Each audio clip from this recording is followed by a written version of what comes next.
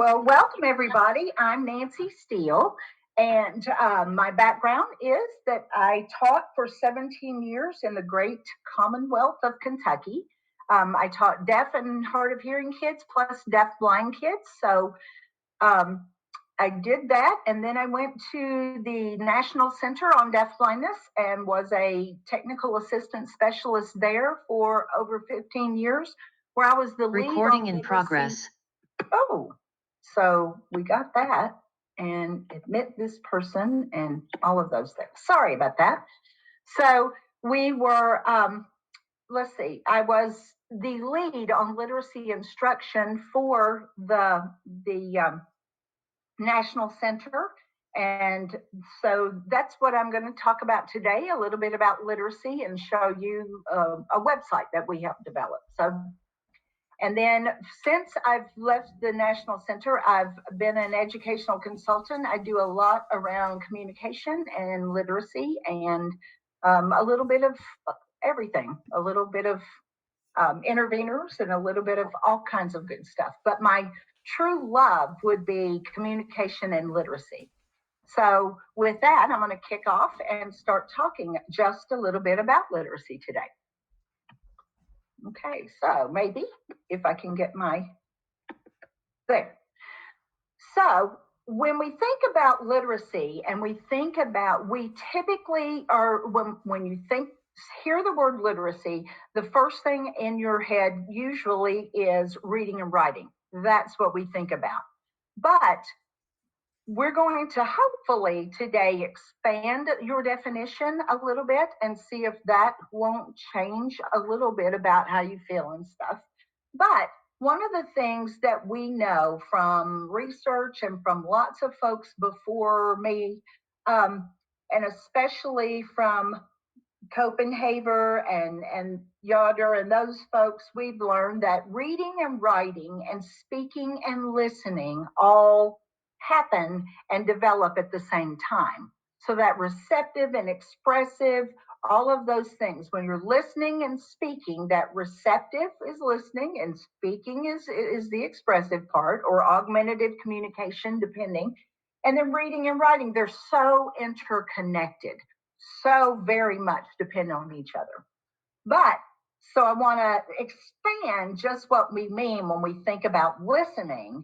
And that's also watching for signs or using other senses to take in information. So maybe if it's a tactile representation, if we're using object cues and such, then it may be really exploring that and using your senses to take in any way that we're taking in information.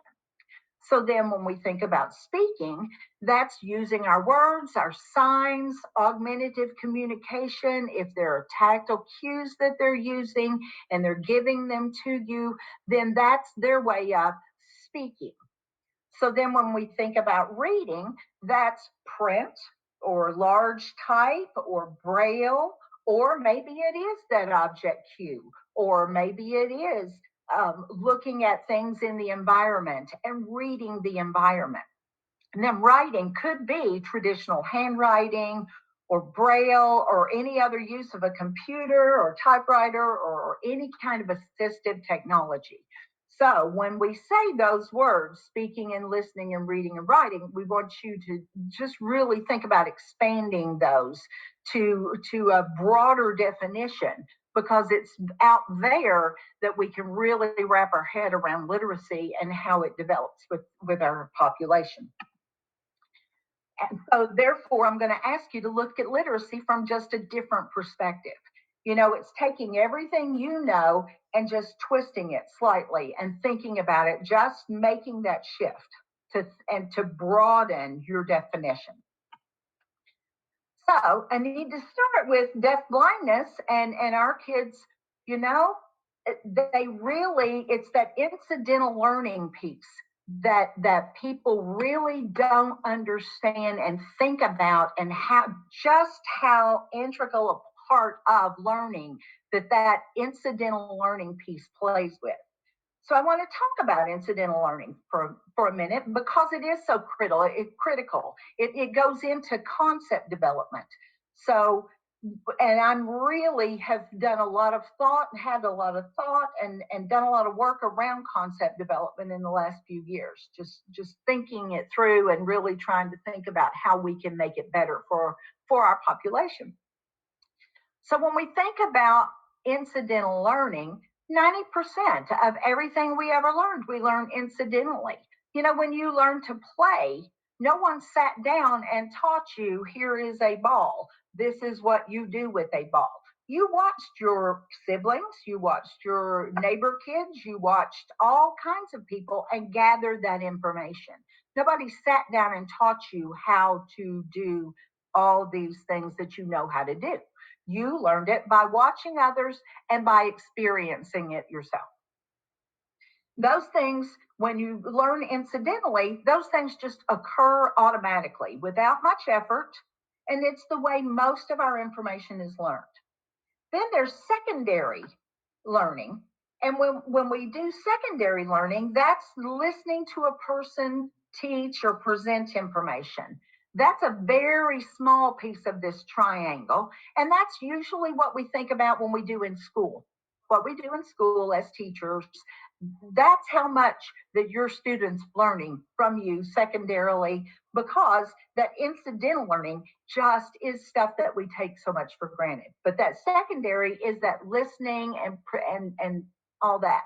Very, very little do we learn directly or with hands-on experience. So we have to think in terms of so small a piece of it is what we really did hands-on. Remember when we were younger and as smaller children, we did more manipulatives and stuff. But as we learned more concepts and we learned more things, then we did much less direct instruction and direct hands-on experiences.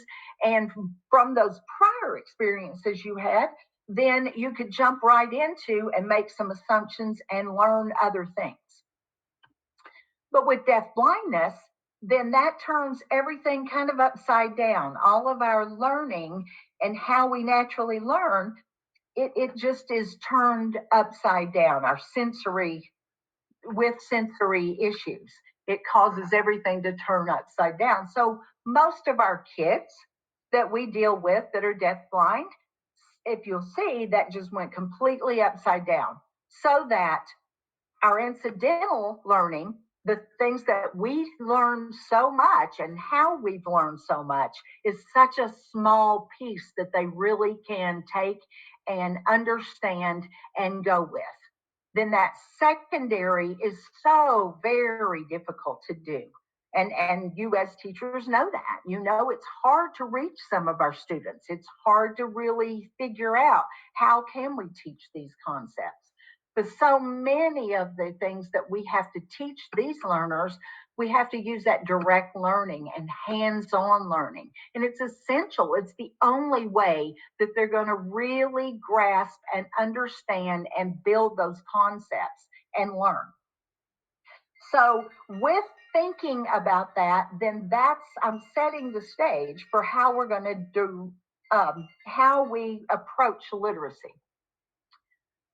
So this, we have to think about that literacy, so many times we think about literacy kind of in the background. There are so many functional skills that need to happen. There are so many things that we're so focused on that we really don't think about literacy that much, because there's so many functional skills that we're really been thinking about, and this is what we need to do, and this is how we need to do it.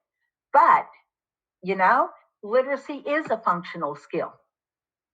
And this little cartoon, it's two kids walking along, and the gal says, but if you don't learn to read and write, how are you ever going to text? And that is the way of the world these days. I've had several grandchildren, and so many of them have started with their parents. They've learned that this thing is really important and it brings you information. And then there are lots of things that happen to it. So one of my granddaughters started texting me emojis when she was about 4, and she finally got to touch her mom's phone. Then she'd send me all these emojis. And so I get all these emojis, and then I'd emoji it back. So as she developed and was starting to go to school and starting to get some sight words, then she'd start giving me her sight words. So all of a sudden, I'd get randomly dog, cat, go, run.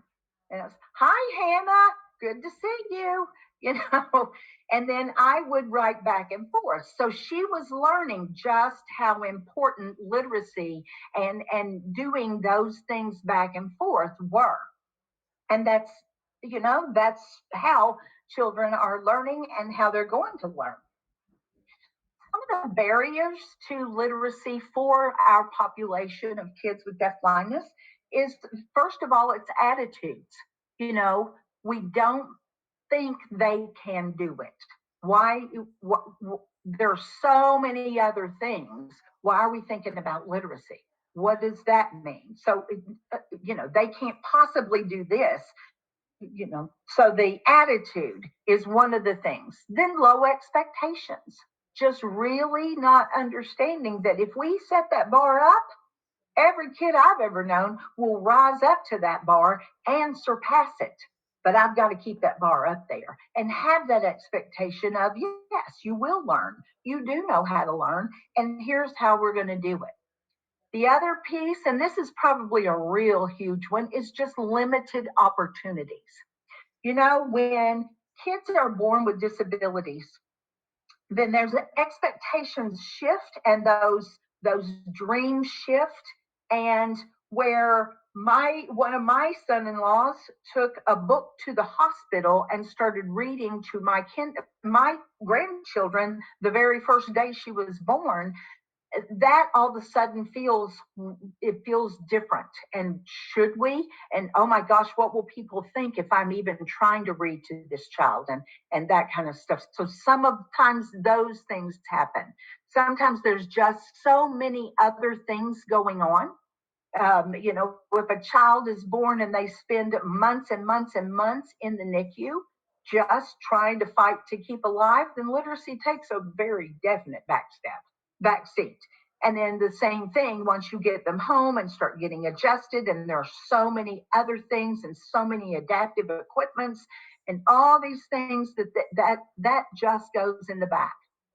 So those opportunities to just have literacy experiences, they're so limited now, or have been limited. Then just a limited means of accessing literacy. We know from just having students that have deafness and blindness that a lot of times it's really hard to figure out how can we give them access to literacy? What are some ways that we can make that happen? Then there's limited time. There's just so many hours in the day, and we're so rushed and so pushed, and that sometimes that just running out of time and not thinking we've got all these other functional skills that we've got to deal with. We don't have time to have literacy instruction in there too. And then there's the age factor. After a certain amount of age, a lot of people, he's 10 now, so we really, we missed that mark. We missed the window of opportunity. So that's, I look at that as just another excuse, and we can't have those excuses. Then the last one is that emphasis on prerequisite skills. Well, when they learn cause and effect, then we'll get to literacy, but they haven't learned cause and effect yet, so we don't need to do that. And so having that emphasis on those prerequisite skills needs to go out the window as well, because they really don't need those any more than my absolutely newborn granddaughter needed to have any kind of skills for her father to read to her. So some assumptions that we need to go about literacy and working with kids with deaf blindness. And that's that all children can become and are becoming literate. They are somewhere out there learning more about how to be literate every day. And by literate, that might be reading their environment. That might be figuring out how to do certain things. So they're somewhere in there on the scale. We just have to figure out where and how to move them forward. Literacy development is founded on experiences and concepts beginning very early in life. So, and remember, I just talked about those incidental learning, and those experiences and concept development are very much the foundation of literacy. So, and think about our population and how limited some of them's experiences have been. So therefore, and we know that concepts are developed through experiences. So their concepts need to be really thought about, and we really need to up that ante. Then literacy instruction must include a strong emphasis on communication and socialization. And think about it. How much does socializing and socialization, how often do we have great conversations with our friends around books that we've read or magazine articles or different pieces where we take that for granted? That's part of it. And then just communication and having those things. That's part of what makes us social, is to be able to have those conversations and talk about those things. And then that literacy exists along a continuum from emergent literacy to independent literacy. And so we're going to talk a little bit about that continuum. So, and that goes straight back to where that first bullet, where all children can become and are becoming literate. And they're somewhere on that continuum. So with that, we're going to start with those very early, that building a foundation, that very, very early thoughts of literacy. And now I want you to think about typically developing kids when we go through these slides for the next few slides and going through the continuum, because sometimes we have to look there and think about what does that look like for typically developing kids. Then we bring it back to what can that look like for our children. Okay.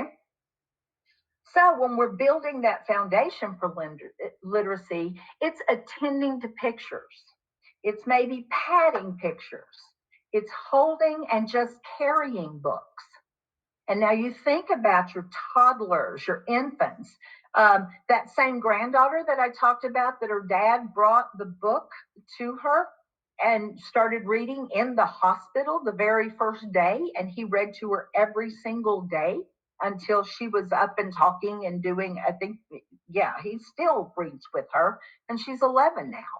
But it's that really just knowing those things. When she was about 9 months old was when we were working on the literacy site I'm going to show you. And I was watching her, and she was at my house and had all kinds of toys, but there was a book that was down on the floor with her, and she was crawling around, and she went over to the book and she sat and looked at it. She had all Elmo, she had all different kinds of toys, but she chose the book.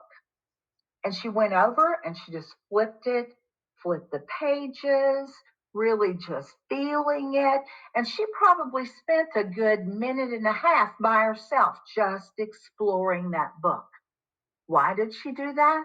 Because all of her life, it had been kind of sculpted in her that books are important. Books matter.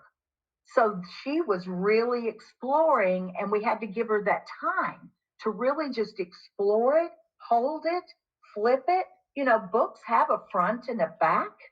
They have a right way and a wrong way for you to turn the pages. All of those things are just as equally important.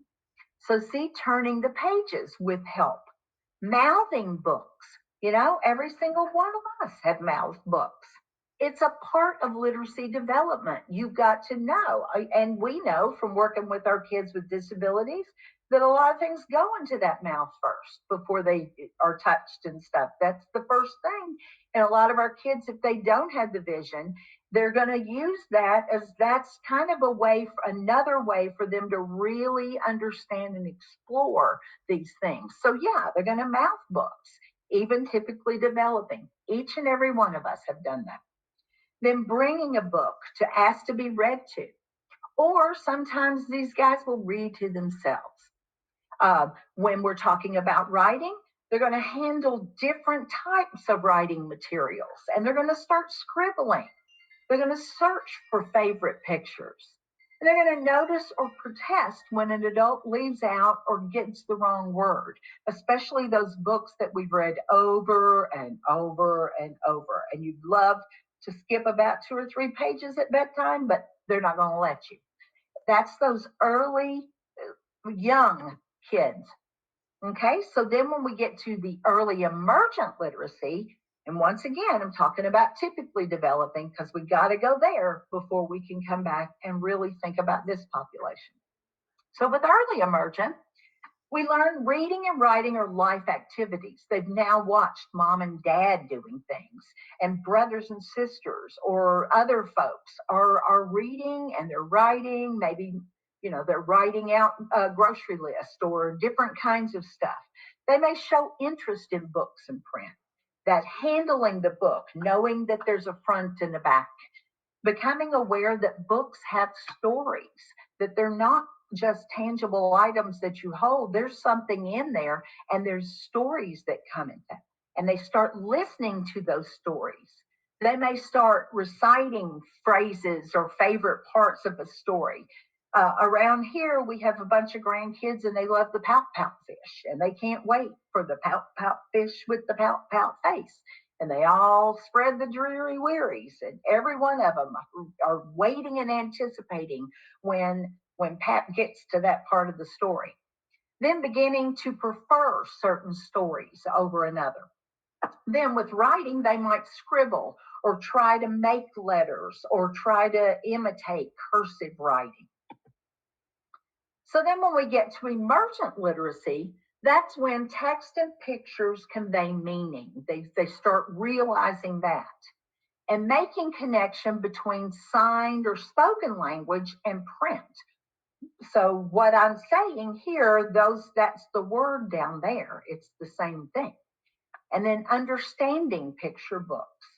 They may recognize and begin to read familiar environmental print. And how early do our own personal children look up and they see those golden arches and they go, McDonald's, or stop sign, or those. So that's when we're talking about the environmental print. They're starting to see those things and recognizing it. They're reading their environment. Then they begin to read some words like their own name. They're starting to recognize that. And they may start writing some of those letters, especially like the first letter of their name, because that becomes important to them. Then in developing literacy, that's where they determine and they discover that words are made from different sounds. Now we're starting to get into like kindergarten, first, second grade in there, where words are making different sounds. They're starting to decode those words. And they're understanding about short chapter books and informational material. And we have 10 grandchildren, so we've got 5 or 6 of them. They're all in a big cluster there. And they're so excited when they get together and, I'm reading chapter books now because they're so important. And look at me, I'm grown now. I'm reading chapter books. And beginning that sight vocabulary, putting words together to form those sentences, and really starting to read those things and knowing if I write these words and putting so many of them together, we can make a letter or a sentence and such. Learning to develop ideas about what's next, the logical progression and things. Writing about topics of particular interest. So maybe they'll write a letter to Santa or, different, write a love note to grandma or whatever. They're starting to really understand and figure out that piece. Then a little bit later, they're starting to begin to read for interest or for information. And they start writing about their own ideas, asking those questions about the text and answering questions about the text, Writing answers with two open-ended sentences. So see, we're starting to progress up there. That's third, fourth grade, such. Reading independently or for extended periods. They may be recording observations, producing writing and artwork to reflect their personal response to text. Then when we get to independent literacy, we're decreasing the support for new tasks or context. And then they're experiencing new feelings and attitudes through reading. You know, you can go lots of places in a book where you never experienced or even knew you could go before. You know, now they've got YouTube, so I don't know how much literacy is gonna change, you know, actual reading and writing things. But, you know, that's very much learning about those new feelings and attitudes through reading is how we at least did it. Then reading for information or acquiring knowledge, they're increasing their comprehension. So they're able to really think more about it and think broader about it and comprehend more about what it is. It's not just the words on the page. What do you think happens if they do this? So they're starting to think more about it and be able to give you some input. They're able to self-correct quickly. Remember in those earlier stages how grueling it is to sit with a little guy and they're sounding out each and every word. And now they're able to do it a lot quicker and they can correct themselves and they know they're wrong when they do it. And they're reading independently with confidence and using multiple text modes to do that. And also their writing becomes more coherent and stuff. Then we finally get to expanding literacy, and that's where that's analysis and critical thinking about ideas that we find in text, and they form their own opinions based on the facts, and so that's that much higher level thinking, and reading widely, critically, and frequently. Reading for a variety of purposes, sometimes just for fun, sometimes for information, sometimes for any number of different reasons, and from a variety of different modes. And then writing for lots of reasons and for diverse modes as well. Now, when we look at our students with deaf blindness, then that looks a lot different than what we just talked about. Sometimes that really looks different. And all four of these students are deafblind. The first one, he's working on his calendar system with his teacher, and he's got his calendar system there in the back, and he's reading. If you think about it, in that calendar system, it's left to right. So, and how do we read? From left to right. So he's learning to read that environment, learning to read from that tactual cue. This is what we're going to do next. That's helping him to figure out and get access to what's happening in his world. With the little gal that's sitting over here, she's got a light box that she's exploring pictures through the light and helping her to distinguish from one thing to another.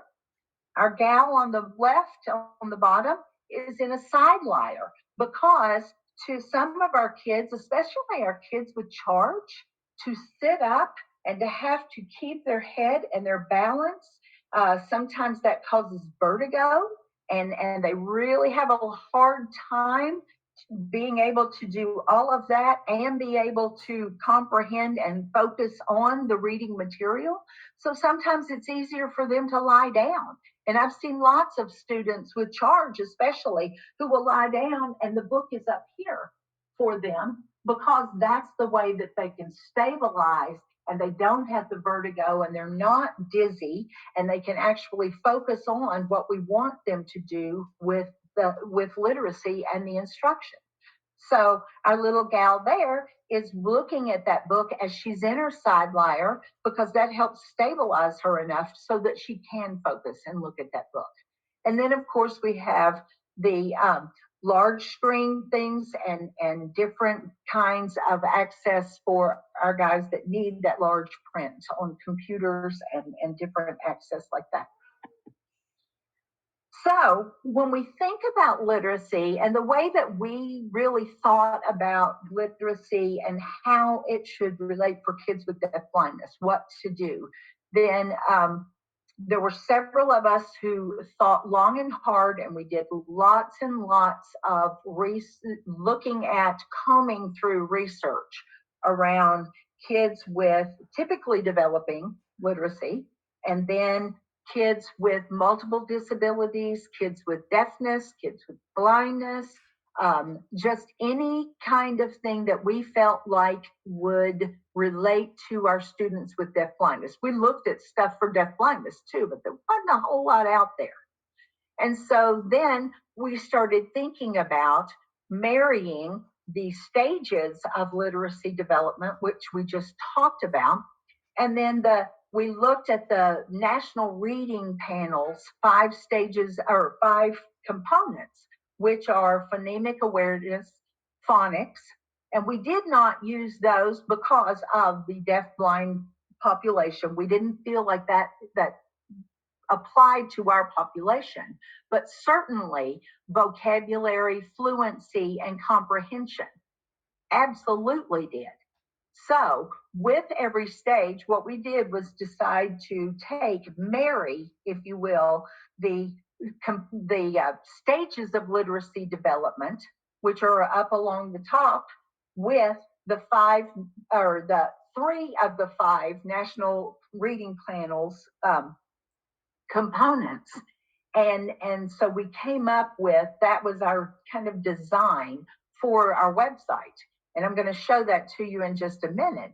But we felt like the strongest piece and what needed to be at no matter what stage was to build that foundation for literacy. And it started with trusting relationships and communication, exposure to books and writing materials. Because remember, a lot of our kids, they start off pretty rough in NICU situations, and everybody's world is rocked, and reading and writing and thinking about books and just giving them exposure.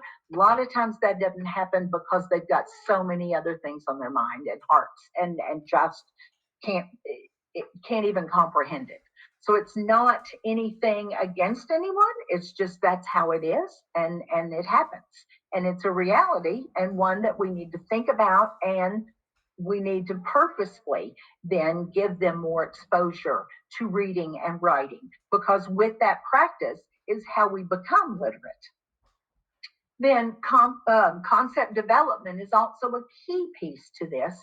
And then, of course, one of the biggest things is child interest. And what are they interested in? Because it may be something like,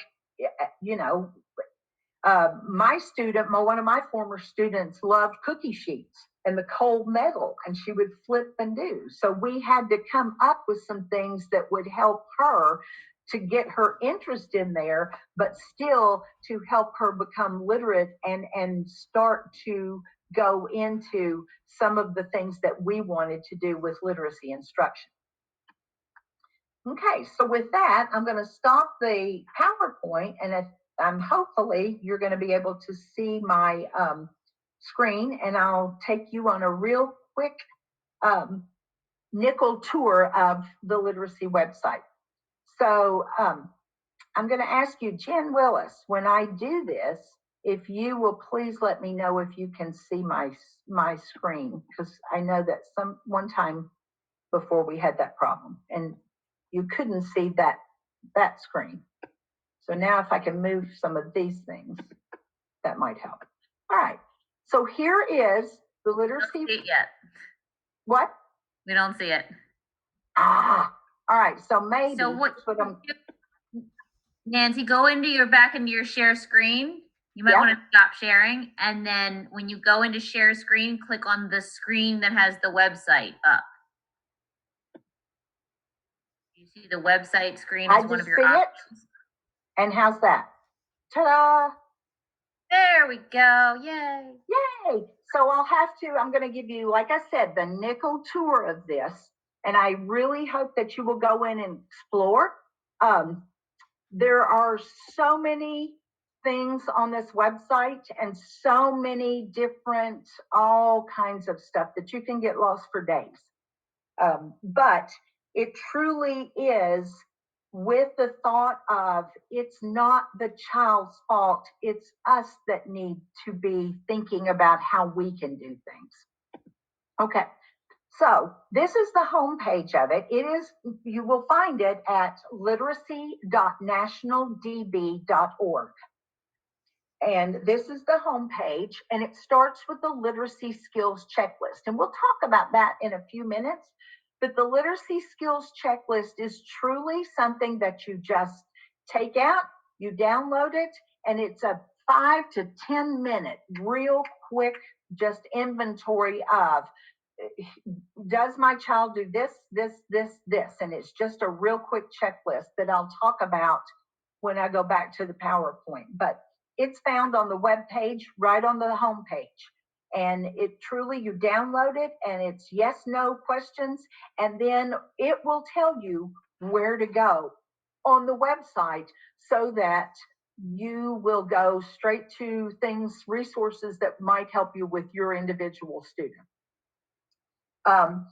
The reason why it's done this way, as we were designing and developing this website, we truly were thinking about you guys, because I used to be that teacher out in the middle of nowhere, and they told me, oh, you're getting a deaf-blind student tomorrow, and I needed to know about literacy, and I've got 15 minutes to do it. So that's how this was designed for you guys. It's that I need some ideas, I need some answers, and I need them yesterday. And I only have about 30 minutes because I've got to go pick up my own kids and go and do all of my things. So I really don't have a lot of time to devote to this, but I need some answers now. So that's how this was developed, so that you can think about it and it gives you some ideas and gives you some things to think about. Okay, so when we do that, and I'm just going to pick one of the stages. It doesn't really matter. Like I said, the about the website is kind of whatever. Then the shifting the perspective kind of talks about what I just talked about, that continuum, and you can find that continuum on those pages. But then the building a foundation, early emergent, emergent, and expanding literacy, all are your stages. Then we have a whole section on writing. Then remember how I talked about those national reading panel, the vocabulary, the comprehension, and fluency. So when you do that literacy skills checklist and you find out where you need to go here, then you also automatically need to also check out writing, vocabulary, comprehension, and fluency. Because within each stage of development, you should always be thinking about what vocabulary to use. Can we get them fluent with it? And do they comprehend it? So all of those, and how can we give them a way to express it or get it out in writing? So those 4 pieces should always be thought of. And then the particular stages. The expanding literacy is more when you're accessing the general ed curriculum and thinking about how to do all of those things. That's found down there. The emergent, early emergent, and building a foundation are your kids that are, some of them, the prelingual and those students and have limited language and vocabulary. That's where those students, you might look in those sections. Okay, so when you get to any one of these, then it starts out and they all look the same way. Whoops, sorry, I didn't mean to roll that one. I meant to roll this one. And on this, they all start the same way. In the first, there's the stage or the component of literacy, and there's like a small little paragraph talking about and describing that. And then there's a real quick little, why is my computer? Okay. Then there's the paragraph that talks about typically developing kids and what that looks like. And then the last paragraph is what it looks like for our population. Then over on the right-hand side of the screen are the strategies. And you don't have to go 1 through 7. Oh, I got to do this and then do this and do this. It really is meant for what resonates with you. What do you think really you would like to do with the student? And also, what are the things that you think they need to work on? So we can just jump into any one of these. And when we do, each one of these have a what to do and things to consider. Now, this one talks about concepts and what concepts to target. So this one is a little bit different, but most of them have the what to do. And that's kind of that task analyze. First, I'm going to do this, and then you do this, and then you do this, and then you do this. Then the things to consider are those things that you need to ask yourself, because if it didn't work, then you know what? The ownership is really on us. It's not the kid's fault. It's ours. We need to be thinking about we're not getting them and why is that? So this kind of digs more into, are you intentionally teaching those concepts? Are you doing it this way? Have you thought about that? So it's things that you should be double checking yourself if those top things, if what to do didn't work for you. Then always ask yourself, truly, this is a laundry list of things that are you exposing children to literacy activities and experiences every day? You know, if you don't do it every day, chances are they're not going to get it because we haven't exposed them to it. So that ownership comes back to us. Are you using their most alert times to engage in activities? Well, that would make sense. If I really want them to get this, then I really need to do it in their top place. Am I positioning them in the right way? So it's those kind of things, those very simple things that we don't necessarily always think about. And I promise you that if you just take this, download it, copy it out, and just put it up on your wall in your classroom and look at this, and you use any of these and think about them, I guarantee you, you're already raising that bar for literacy. When you start just thinking about, am I doing this? Am I thinking about this? When you think about those things, automatically it will raise it.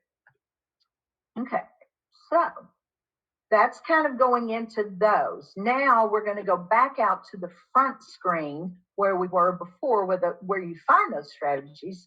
And down in the bottom, we have what we refer to as the green bar items. And each one of these, I do need to say, anything, of course, in blue is a link. Anything in green, and let me go back and see if I can find one. Somewhere in here is green. Of course, I can't find a green. There's one. Anything in green is a pop-up. And that's like, you know how somebody will say a word and you're like, I don't really know what that means, or I'm not sure when you say that, what are you talking about? So these are those pop-ups that kind of give you this is what we mean when we say combined vision and hearing loss. This is what we mean when we're talking about experiences. So anything in green is a pop-up just so that we all know that we're on the same page and we're talking the same language and when I say this word, it means this. So that's those green items are there. So getting back to the green bar items, we have the related skills. And, we're always thinking about the IEP and what to do and how to put things in the IEP. And these kind of things look at just maybe when you're addressing some of these literacy things, you're also addressing things that we might have on an IEP. And it may give you some ideas of things. So maybe when we're doing these literacy skills, we're actually working with attention and response to informational cues, or anticipation, or joint attention, or some of those things might speak and resonate with IEP development. So, and they're broken down into different parts of what we might think about with cognitive and tactile, sensory, all of those different things. So those are there kind of as a cheat sheet or just things to think about with that. We have examples, and these examples are just different ideas and things to think about, ways that you might use. What does that look like? Oh, that's what it looks like. So that. Then we have video clips, which are just small little snippets of information around different stuff. The articles are those user-friendly two-page articles. We're not talking about research articles because that takes a lot of time and energy and effort to really think about and go through and comb through those. But this is that down and dirty 1 or 2 page that I might say, oh, okay, that gives me that really good idea. But it also, here's something that I could also share with maybe the paras that work with my students, or maybe the OT or the SLP that comes in and works. All these different folks, maybe they need just this little 1 or 2 page article about different parts of literacy development and different things. Then the additional resources are other websites that you might look at, other things. Occasionally there's maybe a book that you might want to consider buying or different things, but very much just additional resources. That's kind of the catch-all for everything. Okay, so with that, I'm going to stop sharing the web. And oh, there is one other place that I want to go on the website before I get off of it, and that's the planning section. And fortunately, a lady from Ocala, which is the Ohio Center on Autism and Low Incidence, she called me as we were developing this website and said, really, I have some planning materials I think would go with this website. So she was just beautiful in allowing us to have all of these materials that they had worked on and created around unit planning, tiered planning, daily planning, all kinds of planning for literacy instruction. And so there are lots of templates. There's lesson plans, I think, somewhere in here. I think it's in unit planning. Yeah.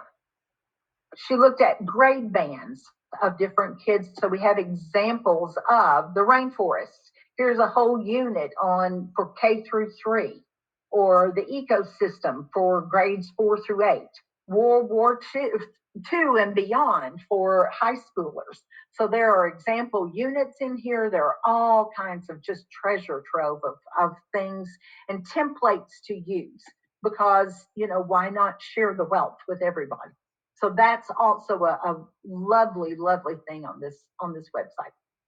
All right, so I'm going to go back and stop sharing and share again and go back to my PowerPoint and share. And now we're ready to go. Okay, any questions so far? I hope everybody's still with me. Nobody's asleep yet. So developing those literacy skills, it starts with knowing that learner. And that goes back to that literacy skills checklist. And this is just the first section of it. It's only 2 or 3 pages, I think. And so this is the first one section. And I'm just showing this as an example. You can go in, you're more than welcome to go in and look at the checklist yourself and figure it out. It truly is not hard at all. It's does your student use behavior as communication? Yes, no, sometimes don't know. Do they demonstrate behaviors that are difficult to interpret? Do they cry for unknown reasons? You know, such as that. Yes, no, sometimes no, don't know. You know, if it's a lot of don't knows, then perhaps you need to go back and just work with your kid more. Get to know your student more before you can answer these questions. Ask others, you know, get together as a small group and just look at these things. If you answer yes or sometimes to a lot of these items, then you go to the building a foundation part of the website. because that's where you're going to find a lot of answers and a lot of resources for your student. If you answer no, then keep going, keep moving on this checklist. It truly is not meant to bog you down. It truly is kind of your guide for where am I going to go on this website to help this student, because I really need to get them moving. Okay, so when we're in the building a foundation, it's got 3 strategies, and that's it. One of them is developing a trusting relationship. The other one is to embed opportunities to communicate. And the other one is to design activities that are meaningful. So I'm going to start there and just talk just a little bit about those, because I feel like that's really the foundation of all of these things. So when we're talking about developing a trusting relationship, as teachers, we just assume kids trust us. We just do. We think, well, of course they trust us. Why wouldn't we? We're loving, we're nurturing, all these other stuff. So we don't think about the students' past experiences. We just consider, well, here we are, we're at school and we're loving and nurturing, so they'll just do whatever we want. But we don't necessarily think about that perhaps they did spend a lot of time in the NICU. I know a mother that told me once about her son who at 10, they were putting on his AFOs and he would just go ballistic. Every single time they started to take them off, he would lose it. And they could not figure, they had reworked them, redone them, all of those things, until one day it hit her.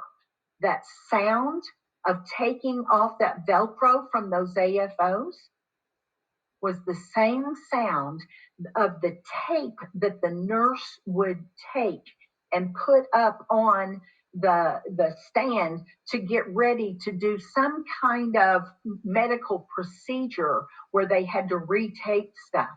So her son, every time he heard that, he associated that, and that was 10 years later, 10 years after he had been in the NICU. So see, a lot of things that happen down in that NICU, it goes with them. And that's sometimes where some of those behaviors that we see as self-stem or whatever, that's where they sometimes get started. And we don't necessarily think of those things and think about, yeah, nurses are trusting and loving people too, but they also come in with syringes and other things that hurt you. So yeah, how does that student not know that we're that same way or have those instruments that might hurt them? We need to spend that time and giving them those ways and modeling ways that we can get them to trust us and to go with us. Because if they're not trusting us, they're not going to learn. They're always going to be in that reflex of instead of being receptive and open to learn. And starts also with being predictable. We need to be predictable. We need to, that's where those routines and that kind of stuff come into play. Because if I'm predictable in how I'm going to do it and how we're going to do this and then we're going to do that, then they're able to anticipate and they're able to then be an active member of learning instead of it like that. Then we also need to let them know when we're not going to be predictable. Fire alarms happen, but we need to give them a way to let them know, this is a fire alarm. It's not the way it's usually going to be. I know we had that calendar system set up, but I didn't know about this either. We got a fire alarm, so we've got to do something about that. Got to give them some way to know those things. We have to be dependable. We also have to be responsible. And the other thing that I've learned over the years, and I've had the privilege of being able to go into hundreds and hundreds of classrooms and work with lots and lots of kids. And a lot of times when I do that, then they immediately come in and I'm supposed to, well, just show us what you got, show us how to do this.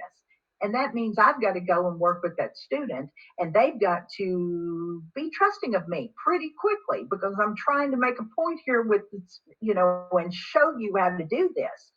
So I've got to gain their trust.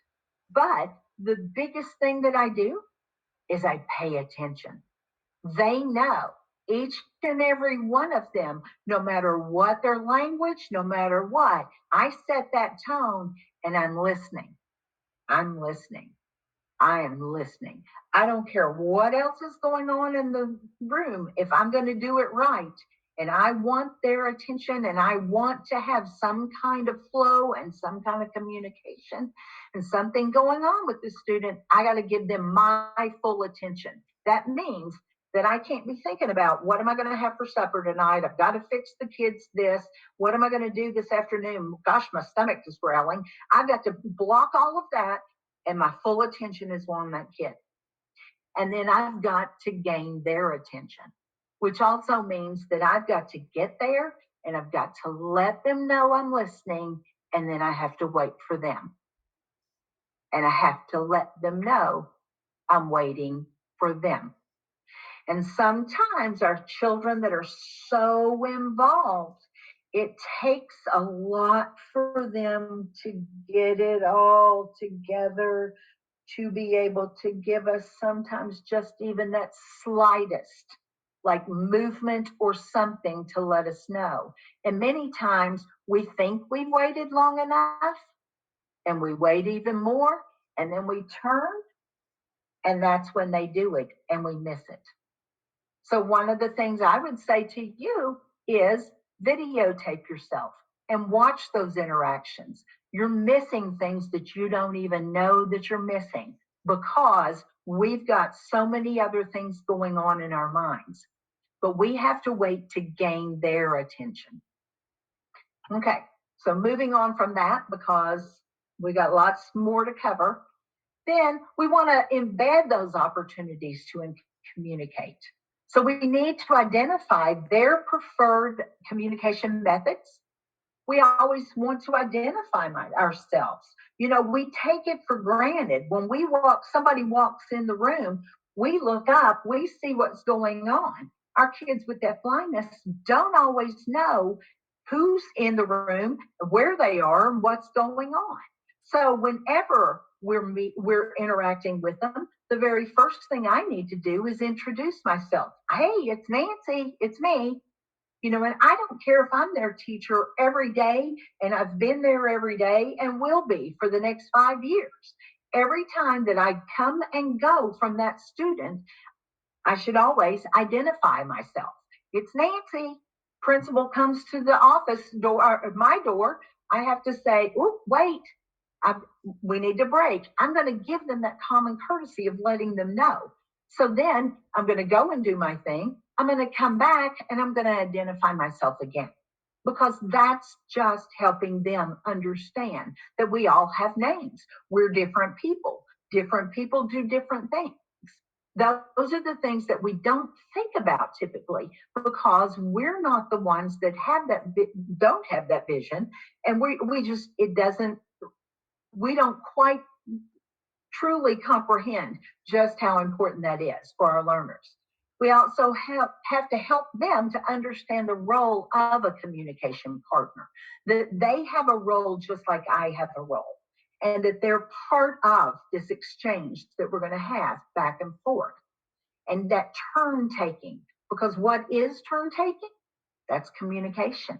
First, I'm going to say something, then I'm going to listen, and you're going to say something, and that's going to go back and forth. So really giving those opportunities for turn taking, that's that foundation for communication. Then we're going to design those meaningful experiences. So we identify those likes and dislikes. I particularly like the likes and dislikes form from Washington State's Deafblind Project, because it goes into more than he likes music. Well, you know, it's more about what other things. What does he like? Like, does he like vibrations? Does he like, you know, what are the sensory things he likes? What are the things he doesn't like? Because we're going to use that when we're designing the instruction. We're going to use that to make that learning relevant and more fun.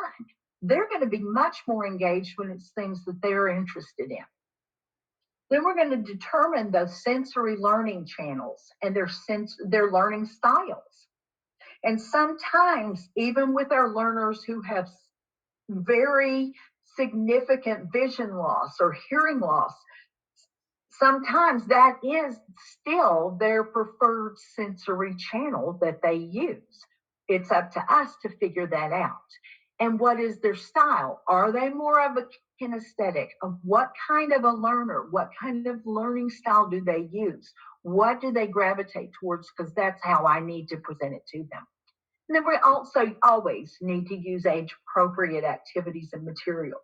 And the thing that I know about doing that, if I get stuck on that, then I'm not too proud to walk across the hall and find a kid that's about the same age and say, I'm trying to teach this. How would I do that? What are the things? Because kids, especially little kids, they don't have that boundary. They don't have that, oh, you can't do that. They get real creative with stuff. And you can learn lots of ways to teach different things by talking to other kids. It may not be the scientific and research based, but it sure is effective and it works. And that's what I know about it. Okay, so then we're going to use those routines and that activity-based instruction. We want to make it so that it's predictable, so that the way that we're going to do this instruction, no matter what it is, we're going to always do it in the same type of format, the same way. That makes it predictable. That makes it that provides that security, so it really decreases stress. And if you really use routine or activity-based instruction and you do it right, then you can teach anything once you put that framework into place. That helps them with anticipation. They know what's going to happen next. You're helping to set them up so that it does come just next and next. And they're just following your lead as you're taking them through it. When you're using routine or activity-based instruction, we know that there's a clear beginning, middle, and end. So we're going to start that instruction. A lot of times it's by going to that calendar system and finding out what are we going to do next. We're going to take that object and bring it back over and put it at the place where we're going to do that activity. Then we're going to go and gather the materials that are needed for that. You know, and a lot of times I get pushback from teachers because it's like, what? You want them to go into my closets and get the things from there? Well, that goes back to that concept development and knowing where things come from and the order of things and how we got things. Because so many times our students we have the good fairy syndrome where we just bring things in, we drop it on them, and they work with them, and then we take it away. And they don't know the name of it, where it came from, how to get it again, what to do it. So it's really important to have those pieces, that beginning, which is letting them know what we're going to do, that prep, and then gathering those materials. Then the middle part of it is what we typically do when we're doing that activity. Then in the end, I always finish mine with 3 times. I give them an almost finished, and that's where we start doing that, or one more or whatever, and start that interaction. Then it's, now we are finished, and that's where we start taking things and putting them back where they belong. You know, we got them from there, now we have to take them back and put them up. Then we're gathering that object cue that we took from our calendar system, and we're going to take it back to that finish box, and we're putting it in, and there's my final finished. Because then if you do it that way and you do it often that way, then it becomes very clear to them. And at the end of that, especially when you first really start instructing in that way, then they need that processing time at the end, because it's like, what just happened and how did we do that? But then as you do it more and more and more, and you're able to do it, then they're going to be doing a lot of those things, and you're just guiding them through it. They're able to do it independently. Then that also just gives them that sense of control. So literacy development It just requires that we establish that communication and connect that meaning to objects and events and people. So there's how we really get to literacy.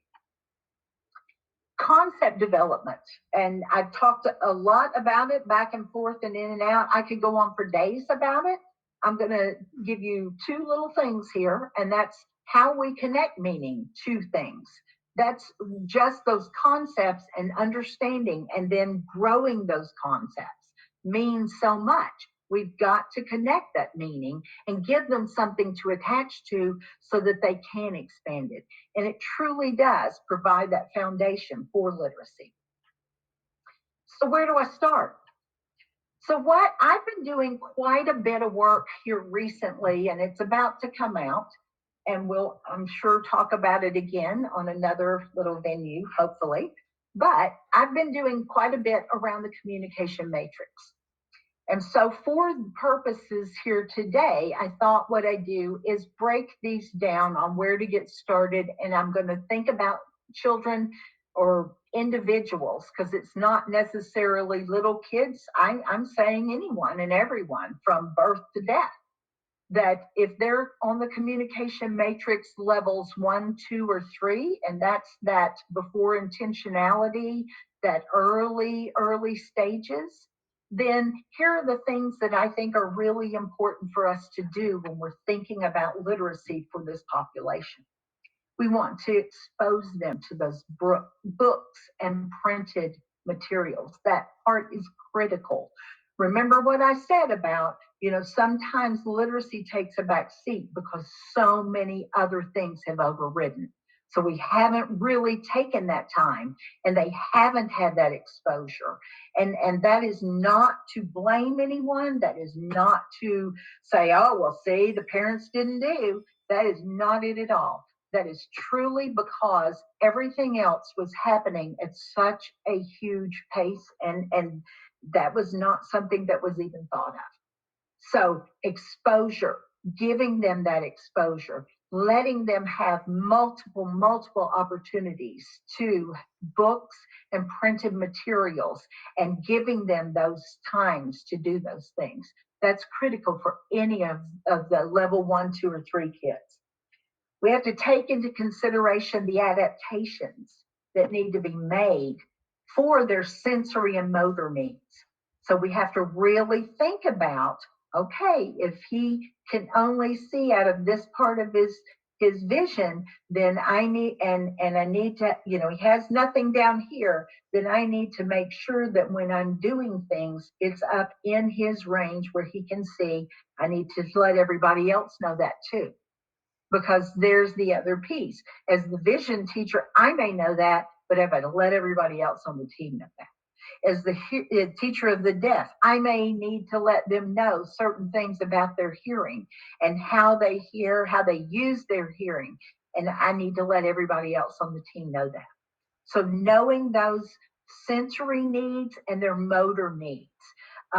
It's just like I was saying earlier about charged kids and how some of them really need to lie down on the floor flat and be able to access books in that way rather than sitting up at a desk with their feet on the floor, blah, blah, blah. All of those things really go out the window because I've had to think and address those needs in that way. And I'm here to give you permission today to think about it in those ways. Then they need partners that will model literacy throughout the day. We do things that are literate all day long. We need to make sure that we're purposefully letting them know what that looks like or feels like. So and not just you as the teacher, but multiple people all around them. Everyone needs to really give them that model of what literacy looks like. And then most of what we know has been learned that incidentally. So we got to give them those opportunities. We got to really know that, oh, they may not have those pieces because they've never had that exposure. So I've got to go back and think about how can I teach those things? What can I do? But we got to give them those opportunities. So that's what I would do with 1, 2, and 3 level kids. Some of that, what the exposure to the reading and writing materials, that's a key component to that early literacy. Remember when I was talking at first about those early stages? And that's just giving them that awareness of symbols and signs and print and braille. You know, just much like those kindergarten and preschool classes that have everything labeled. Well, I need to do that in a way that my learner can get those things. All of the letters and words and writing, we need to give them that awareness. They're never going to do it if we don't expose it to them first and give them those opportunities. The exposure to reading and writing materials. This should happen at the home, in the school, and the community. So we're always pointing out, and we're doing those things. You truly are, and if you think about it, you are doing those things. But this time, I'm asking you to raise that bar on yourself and think about it even more and make it purposeful. We want them to see others reading and writing, which may mean that as I'm writing out whatever my grocery list with them to take them out on community based, then I need them to come over here closer and I need them to help me with making that list. And I'm going to do it in a tactile form that they could read or write and help with those things. We're not expecting them to do it themselves at this point. And a lot of times when we're receptively, we need to think about it, that we're receptively, you got to pump it in. So right now with these level 1, 2, and 3 kids, we're pumping it in. We're giving them the receptive piece. We're modeling it, we're showing it. And we're not at this stage, we're not expecting them to give it back to us. You know, so many of us are instant gratification and we do it and we want them to do it immediately back to us. At this stage, with these stage kids, they're not there yet. So we really need to think about, we're giving it to them receptively. We're helping them to understand their environment. We're not going to be on them to give it back to us and spit it out. We can do that, but really, we're just training them to do that in that situation at that moment. They're not going to be able to generalize that and do it at other places because at their stage, they're not ready for that. And so we need to keep that in mind. Then reading and writing centers, we want to set those up. We want to make sure they're age appropriate. We want to give them traditional as well as adaptive books because we want them to have a variety of different things. We also want to give them variety of different writing instruments, stamps and markers and all different kinds. We want to make it accessible and multiple opportunities. I can't stress enough about how those multiple opportunities are going to make a difference. Then we're also going to label that environment. We're going to give everybody name symbols. And so everybody that they're exposed to and are around need to have those name symbols as well as they need to have their name symbols. This is what, mine, I have a bracelet that I wear around kids. And that's what I use as my name symbol when I'm doing other things. I'm able to replicate it pretty easily and use it in a variety of ways. And I use it in my reading and writing stuff with kids because I want them to know I have a name, you have a name, everybody does. That's part of that concept, right? Then attendance cards, sign-in sheets, different kinds of tactile and visual and sign alphabets. So all kinds of just exposure. These are just ideas, different ways to think about it. Okay. Oh, wait a minute. I just did that one. Sorry about that. That was an extra in there. So now we're going to look at the level 4, 5, 6, and 7 kids from the matrix. We're going to think about those kids after they've gotten to where they understand intentionality, when they're intentionally doing things. Level 4 kids are going to be doing those waving and those gestures and those kind of things. We need to keep in mind our kids with blindness may or may not go through that stage. Then level 5 is your very concrete symbols. See, this is where the symbol things come in. That's where your project core stuff comes in. With level 5, level 6, and then level 7 is getting into language. Level 5 is that concrete symbols. Then level 6 are the abstract symbols. And then 7 is where we're starting to put 2 and 3 words together and developing language and such. So with those, the literacy activities may include just increasing the number of partners that they may have. You know, with those earlier stages, it may be just 1 or 2 people.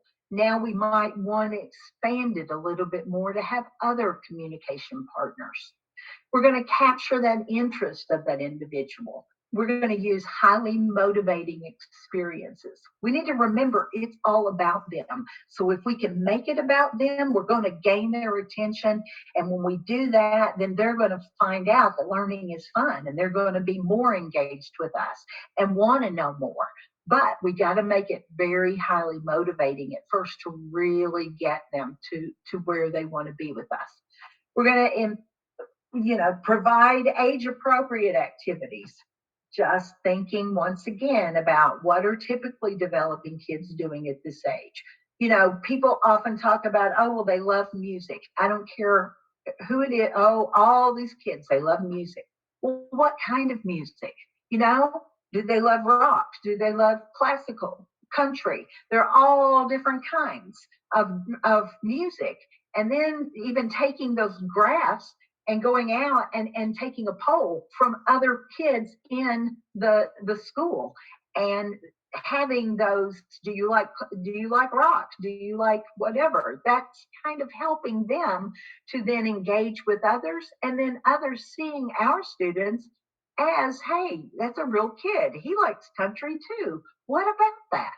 See, those are the things where we're setting that stage for them. We're helping them. We're providing those opportunities for modeling. We're always modeling and using what we're doing and showing them and helping them to figure that out as well. We want to support that individual as they progress through those levels of the matrix.